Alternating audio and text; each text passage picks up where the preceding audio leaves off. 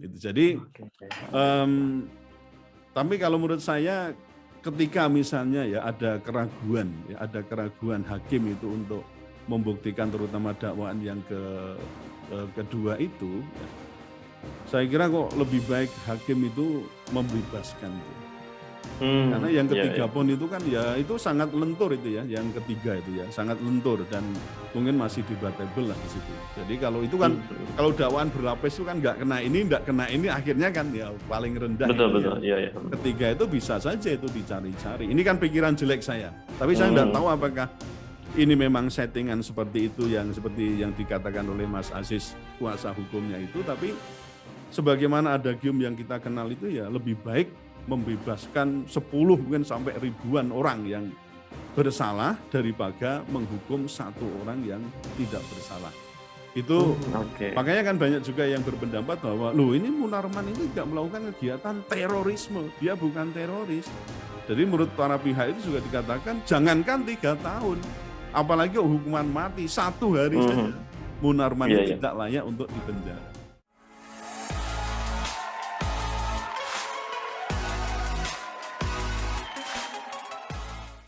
Assalamualaikum warahmatullahi wabarakatuh, Puan dan Tuan. Kembali lagi di segmen Tanya Profesor di channel yang radikal, ramah, terdidik, dan berakal, ya, channelnya Prof. Suteki. Ya, Assalamualaikum Prof. Suteki. Waalaikumsalam warahmatullahi wabarakatuh. Alhamdulillah. Iya, Prof. Suteki, kita mau bahas soal yang dulu sempat juga kita bahas tentang Pak Munarman.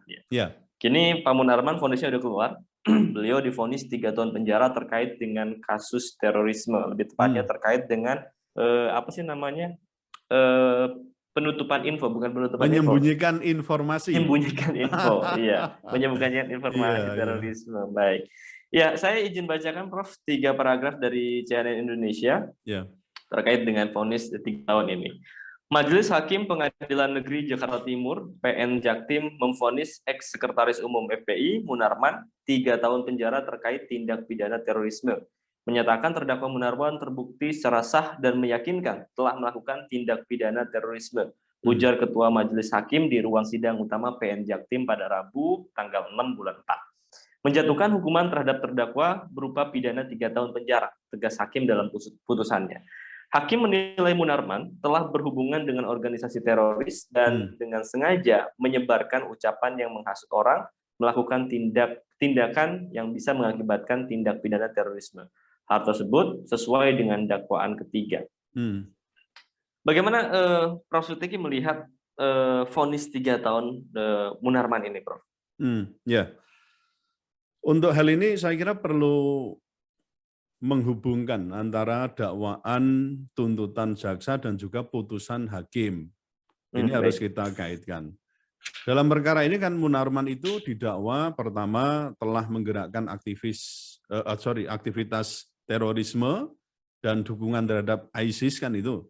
Lalu kemudian juga didakwa melakukan serangkaian aktivitas yang pada tahun 2015 itu ya diduga mendukung dan seterusnya itulah ya. Dan yang ketiga itu menyembunyikan informasi terkait dengan tindak pidana terorisme yang tadi Mas sebutkan itu. Lalu atas perbuatan ini kan Munarman didakwa dengan 3 pasal, yaitu pasal 14 atau pasal 15, junto pasal 7, Peraturan Pemerintah Pengganti Undang-Undang Nomor 1 Tahun 2002 yang nanti kemudian diubah ya, lalu dijadikan Undang-Undang Nomor 15 Tahun 2003, lalu diperbaiki lagi dengan Undang-Undang Nomor 15 Tahun 2018 Tahun 2018 ya, yang terakhir itu. Ya. Nah, jadi dalam hal ini lalu hakim itu kan menyatakan bahwa Munarman itu lebih memenuhi tindakannya lebih ke yang tadi disebut ke dakwaan yang ketiga. Nah, sementara kalau jaksa itu kan lebih ke dakwaan yang kedua dan itu beda ya, beda tuntutannya. Kalau dakwaan yang kedua itu dituntut dengan 8 tahun penjara, kemudian dakwaan yang ketiga ini kalau dilihat di Undang-Undang Tindak Pidana Terorisme itu diancam dengan pidana minimal 3 tahun, kemudian maksimal atau paling lama itu berapa itu? 15 tahun. Nah, 15 tahun. Nah, dalam hal ini hakim berbeda pendapat dengan jaksa, karena jaksa tadi lebih berpendapat terbukti dengan dakwaan yang kedua dengan 8 tahun tuntutan tadi, sedangkan hakim itu berbeda pendapat karena lebih ke dakwaan yang ketiga, yaitu apa? Terutama memenuhi unsur-unsur delik di pasal 13C Undang-Undang Pemberantasan Tindak Pidana Terorisme itu. Nah, di pasal itu kan disebutkan ya, pasal 13 huruf C itu setiap orang dengan sengaja memberikan bantuan atau kemudahan terhadap pelaku tindak pidana terorisme dengan menyembunyikan informasi tentang tindak pidana terorisme itu diancam dengan tadi pidana minimal 3 tahun, paling lama 15 tahun. Nah, jadi putusan hakim itu sebenarnya yang menunjukkan bahwa Munarman itu sebenarnya bukan seorang teroris, melainkan seseorang yang dinilai tadi menyembunyikan informasi terkait dengan tindak pidana terorisme. Ini kan beda ini. Jadi kalau betul. Tapi memang harus kita akui bahwa semua tindak pidana yang ada di dalam Undang-Undang Pemberantasan Tindak Pidana Terorisme kan dikatakan sebagai tindak pidana terorisme kan gitu loh. Betul. Nah, itu yang apa yang harus kita sadari ya, meskipun dia tidak melakukan aksi teror yang membunuh atau melakukan kegiatan-kegiatan yang dinilai itu menakutkan ya, keamanan umum dan seterusnya itu atau kejahatan terhadap negara, tapi ketika hanya menyembunyikan saja, menyembunyikan informasi itu juga sudah termasuk tindak pidana terorisme kan itu. Nah, jadi terkait dengan hukuman 3 tahun itu kalau memang ya di persidangan itu terbukti dan artinya terbukti dan meyakinkan ya bagi hakim itu, ya sebenarnya kalau dinilai dari minimal pidana itu minimal pidana, Mas. Kan itu kan minimal tadi kan 3 tahun. Betul. Jadi maksimalnya secara, 15 ya tadi. Ya secara legal positivistik ya itu adil, tapi adilnya secara prosedural. Adil prosedural. Ya, prosedural. Okay. Tapi kalau adil secara substantif, nanti kita akan lihat lebih jauh karena ada perspektif lain, misalnya dari perspektif Munarman sendiri atau perspektif dari kuasa hukum itu yang mungkin akan bisa dikatakan menolak apa yang dikatakan untuk tadi menyembunyikan informasi yang terkait dengan tindak pidana terorisme itu. Oke, baik. Prof. Suteki, Majelis Hakim kan menjerat Munarman dengan pasal 13C. Perpu nomor 1 2002 ya kalau tidak salah. Ya, ini mengatur tindak pidana menyembunyikan informasi terkait teroris. Tapi tahun undang-undang tadi sudah diubah, sudah diubah ya? Tadi Perpu tadi sudah ditetapkan menjadi undang-undang tindak pidana pemberantasan tindak pidana terorisme di tahun 2003, kemudian diubah lagi menjadi undang-undang nomor 15 tahun 2018. Oke, 15 tahun 2018. Tapi dengan pasal yang sama ya, Prof? Ya, ada perubahan terkait menyembunyikan kan informasi. Ya. Oke. Yang ingin saya tanyakan ini, Prof. Apa sih perbedaan menyembunyikan informasi terorisme dan informasi yang lain? Taruhlah kegaduhan ya. Karena di lapangan itu di Twitter itu ramai itu ya. Munarman kan banyak beritanya tuh. Saya baca komentar-komentarnya itu. Oh, berarti yang menyembunyikan Harun Masiku itu bisa juga tuh, Prof. Atau yang menyembunyikan data 110 juta big data yang nggak mau bongkar itu bisa juga tuh. Itu gimana, Prof? Waduh, ini ya biasa ya, netizen itu pandangannya itu kadang-kadang sangat ekstrim gitu ya. Unik ya. Ya kalau saya lihat sepintas itu ya, jadi ya perbedaannya di sini. Menyembunyikan informasi terorisme itu kan disebut sebagai delik.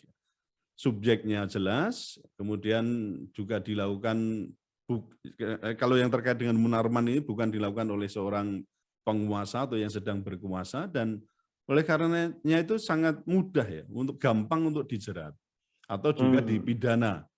Siapapun kemudian kan akhirnya mencela kan itu. Jadi dan tidak ada yang mendukung. Nah, ini kalau kita lihat dari satu sisi. Lalu yang di sisi lain tadi soal menyembunyikan Harun Masiku dan itu yang 110 juta big data itu ya, 110 juta big data. Itu kalau kita analisis kan subjeknya tidak jelas gitu ya. kemudian pelakunya hanya bisa diduga, nah sehingga juga sulit untuk dijerat, sulit juga untuk dipidana. Ya termasuk yang mengatakan 110 juta big data yang mendukung penundaan pemilu, ya kemudian, nah ini kan kalau kita lihat siapa yang tidak semuanya mencela, bahkan ada yang mendukungnya, gitu loh. Nah itu kan aneh itu. Kalau kita lihat sama-sama sebenarnya kalau kita lihat ya menyembunyikan, tapi dalam hal ini kan sulit ya melacak kayak Harun Masiku itu siapa yang menyembunyikan. Nah, kita juga nggak bisa menuduh aparat penegak hukum atau penguasa siapa kan begitu. Bahkan sampai sekarang pun tidak ada data apakah yang bersangkutan masih hidup atau tidak. Itu sulit untuk dilacak itu. Kalau misalnya tidak hidup, siapa yang mematikan? Nah itu sulit lagi. Ya. Apa tujuan menyembunyikan dan kemudian apa tujuan misalnya sampai membuat tidak hidup. Itu beritanya simpang siur di sana, tapi ya kita lebih baik berpikir yang positif, mungkin belum terungkap saja, mungkin belum ditemukan. Tapi yang menyembunyikan ini kita belum jelas ini Mas, jadi sulit untuk dijerat dan sulit untuk diajukan. Nah ini beda. Sebenarnya sama sih ya, kalau kita lihat persoalan menyembunyikan seseorang yang dinilai atau menjadi tersangka atau apalagi kok sudah terpidana misalnya ya, kemudian melarikan diri disembunyikan, itu juga bisa dihukum atau dipidana. Sama-sama sebenarnya. Cuma dalam hal ini kan persoalan subjek ya, yang menyembunyikan yang tidak jelas itu yang membedakan antara dua hal tadi. Antara kasusnya Munarman ya dengan kasusnya Harun Masiku kan itu.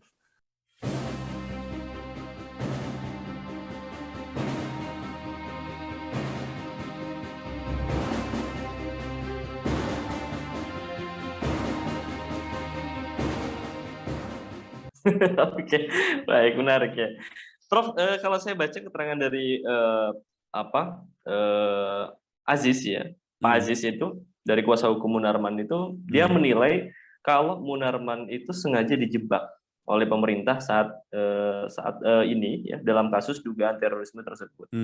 Pasalnya ketiga terdakwa terorisme itu terlebih dulu divonis ketimbang Munarman. Setelahnya barulah itu Munarman dijebak dengan dianggap tahu terkait ketiganya, barulah kemudian muncul vonis pasal 13C itu, Prof. Bagaimana pandangan Prof Suteki terhadap pernyataan ini, Prof? Ya, saya kira kok bisa saja ya, anggapan itu benar, tetapi saya kira lebih pada dalam hal ini kok kesulitan hakim kalau menurut saya untuk membuktikan dakwaan jaksa. Terutama yang pertama dan kedua itu. Nah yang paling gampang memang kemudian diarahkan untuk dakwaan yang ketiga itu. Tentang pasal 13C, ya undang-undang yang terakhir tadi itu ya, undang-undang nomor 5 tahun 2018 Mas. Jangan ini terbalik-balik nih. Kalau yang 2003 itu adalah nomor 15, lalu diperbaiki dengan undang-undang nomor 5 tahun 2018. Nah, supaya tidak terbalik-balik ini. Kadang angka itu agak riweh itu ya. Apalagi yang bukan orang hukum, Prof. Makanya bener loh Mas, ngomong hukum itu kalau nggak bener ya diomongin orang gitu ya. Bener pun kadang kita juga dinilai orang yang enggak gitu ya. Jadi sekali lagi saya katakan itu mungkin ada benarnya, tapi saya yakin kok lebih, kalau saya ya keyakinan saya itu lebih ke arah kesulitan hakim untuk membuktikan tindak pidana yang didakwakan oleh jaksa itu yang kedua itu. Ya keterlibatan itu ya terkait dengan dukungan ya terhadap ISIS dan seterusnya itu yang kalau kita lihat sidang-sidangnya itu tampaknya ini kesulitan untuk membuktikan itu. Lalu dengan misalnya 3 terdakwa lain yang sudah dipidana, nah itu menurut Mas Aziz ya kuasa hukumnya itu akan kemudian wah apakah ini yang kemudian dinilai sebagai settingan. Jadi 3 itu didakwa dulu, terdakwa itu dihukum dulu, dipidana, diputus dulu, kemudian baru berarti kan Munarman tahu kan 3 orang ini. Nah, dianggap kemudian Munarman tadi dinilai sudah mengenal dan mengetahui kegiatan teroris yang dilakukan ketiga terdakwa ini. Nah, kemudian kok diam lah, lalu dikatakanlah itu namanya menyembunyikan informasi terkait dengan tindak pidana terorisme itu. Jadi, tapi kalau menurut saya ketika misalnya ya ada keraguan hakim itu untuk membuktikan terutama dakwaan yang kedua itu, ya, saya kira kok lebih baik hakim itu membebaskan gitu ya. Karena yang ketiga pun itu kan ya itu sangat lentur itu ya, yang ketiga itu ya sangat lentur dan mungkin masih debatable lah di situ. Jadi kalau itu kan kalau dakwaan berlapis itu kan nggak kena ini, akhirnya kan ya paling rendah. Betul. Ketiga itu bisa saja itu dicari-cari. Ini kan pikiran jelek saya. Tapi saya nggak tahu apakah ini memang settingan seperti itu yang seperti yang dikatakan oleh Mas Aziz kuasa hukumnya itu. Tapi sebagaimana ada gium yang kita kenal itu ya lebih baik membebaskan 10 mungkin sampai ribuan orang yang bersalah daripada menghukum satu orang yang tidak bersalah. Itu makanya kan banyak juga yang berpendapat bahwa loh ini Munarman itu tidak melakukan kegiatan terorisme, dia bukan teroris. Jadi menurut para pihak itu juga dikatakan jangankan 3 tahun, apalagi hukuman mati 1 hari saja, Munarman itu tidak layak untuk dipenjara. Nah ini dalam ini saya kira juga hakim itu ke depan harus lebih hati-hati melihat situasi yang demikian, tapi Mas harus tahu juga ini kan situasi politiknya semacam ini terhadap FPI ya, organ-organ yang ada dalamnya ya. Habib Rizik tahu sendiri bagaimana nasibnya, terutama yang kemudian sekarang sekumnya itu Mas Munarman ini saya kira ya nggak tahu lah ini situasi politik sedemikian itu juga apakah ini juga mempengaruhi hakim ketika mau memutus perkara. Artinya itu bisa saja kan ada orang yang mengatakan ini by design. Jadi kesulitan membuktikan yang atas tadi yang lebih urgent tadi kemudian sampai pada dakwaan yang ketiga itu. Itu ya bisa orang itu bisa berpikir yang macam-macam dan tidak ada kan hakim itu yang kemudian dikatakan selalu adil ya dalam memutus perkara. Tentu kalau dalam pandangan saya di hukum dan masyarakat itu banyak sekali faktor-faktor yang mempengaruhi hakim itu dalam memutus perkara. Bahkan kalau dalam guyonan saya itu, sarapannya tadi pagi itu apa? Itu akan menentukan bagaimana putusannya nanti. Artinya sarapan itu macam-macam ya, ada sarapan fisik, ada psikis. Psikis itu artinya di rumah macam mana, ribut dengan istri, itu nanti akan berpengaruh. Terhadap putusannya bagaimana. Ini secara sosiologis, karena aspek lingkungan atau mungkin juga latar belakang hakim atau mungkin tadi saya katakan bagaimana kejiwaan dan seterusnya itu secara psikologis itu dan juga secara sosiologis itu mempengaruhi hakim dalam memutus perkara. Apalagi ini terkait dengan persoalan politik, kan itu kan? Ada ya political interest salah di situ dan terutama terkait dengan FPI yang sudah dibubarkan tentu mungkin lebih artinya hakim itu lebih hati-hati ketika misalnya tidak menghukum Munarman atau tidak menghukum Habib Rizik misalnya, itu akan lebih politiknya juga sangat kental gitu Mas. Iya, oke. Tapi tadi satu yang saya garis bawahi bagus banget Prof. Tentang ada gium lebih baik membebaskan 1000 orang bersalah daripada menghukum satu orang yang tak bersalah gitu Prof. Iya. Oke. Iya. Tapi Prof, ini kan ketika ini sudah terjadi di vonis ini ya, saya lihat keduanya juga banding Prof, antara tim kuasa hukum dan juga jaksa penuntut itu banding terkait dengan vonis dari 3 tahun ini. Pandangan jenengan terkait banding ini gimana Prof? Kalau saya ya sebagai dosen dan juga ya orang yang dikatakan sedikit tahu lah tentang hukum dan persoalan adil tidaknya suatu putusan itu sedikit tahu kalau kita analisis. Saya mendukung ya upaya Munarman dan juga kuasa hukum atau tim penasihat hukum atau kuasa hukum itu untuk mengajukan banding. Itu karena sebagai hak terpidana dan juga kuasa hukumnya itu. Keduanya memang tadi dikatakan Mas akan melakukan banding itu. Dan itu sah-sah saja. Dari PU ya penuntut umum atau jaksa bisa banding karena nggak puas wong yang diminta itu dakwaan yang kedua dengan tuntutan 8 tahun kok ini malah hakim lari dakwaan yang ketiga dengan 3 tahun kan itu kan. Itu kan minimal pidana tadi. Nah, jaksa merasa wah enggak puas ya, tidak merasa tidak adil, nah lalu menaikkan ke banding. Sama ketika ini yang dikatakan oleh penasihat hukum dan juga Munarman itu mereka merasa enggak, kami enggak menyembunyikan informasi, enggak ini dia atau 3 dakwaan enggak kami lakukan. Apalagi yang kedua tadi ternyata hakim juga mengatakan tidak itu yang kedua, tapi justru yang ketiga. Itu berarti kan yang kedua itu sulit untuk dibuktikan kan itu. Yeah. Yang pertama dan kedua sulit untuk dibuktikan. Nah, dalam hal ini nanti tergantung majelis hakim pengadilan tinggi itu nanti bagaimana. Apakah mau menguatkan putusan atau juga mau kemudian menimbang atau mengadili sendiri terhadap, jadi bukan yang, jadi nanti masih ada kemungkinan besar itu. Ada nanti bisa lari ke yang kedua gitu ya, mungkin menilai bahwa ini yang kedua ini lebih berat kalau begitu. Nah, tapi juga bisa jadi baik yang pertama, kedua, dan ketiga menurut majelis hakim tidak terbukti kan itu. Nah, tapi nanti saya yakin kemudian akan ada upaya kasasi. Jadi ini agak berat, saya yakin nanti akan sampai kasasi, tidak akan hanya sampai di pengadilan tinggi, tapi sampai di kasasi nanti. Oke, baik. Ya, menarik, Prof. Ya, Prof Suteki, terima kasih atas jawaban-jawabannya terkait dengan vonis 3 tahun Munarman dalam pasal menyembunyikan informasi terorisme. Terima kasih juga pada Puan dan Tuan yang sudah menonton sampai di pertanyaan keempat, sampai jawaban terakhir dari Prof Suteki. Ya.